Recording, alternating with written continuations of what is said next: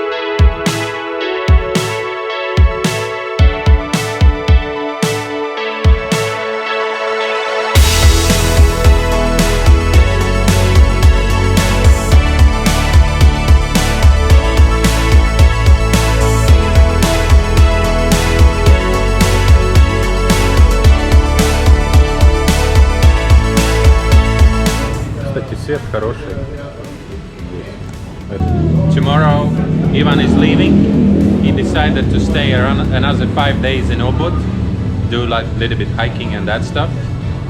So he spent it here almost 2 months. So the reason why he did it, because he wanted to understand how is it to live in Asia, is it worth it, how to live, and is it possible to live as a dive master in Asia, and that stuff.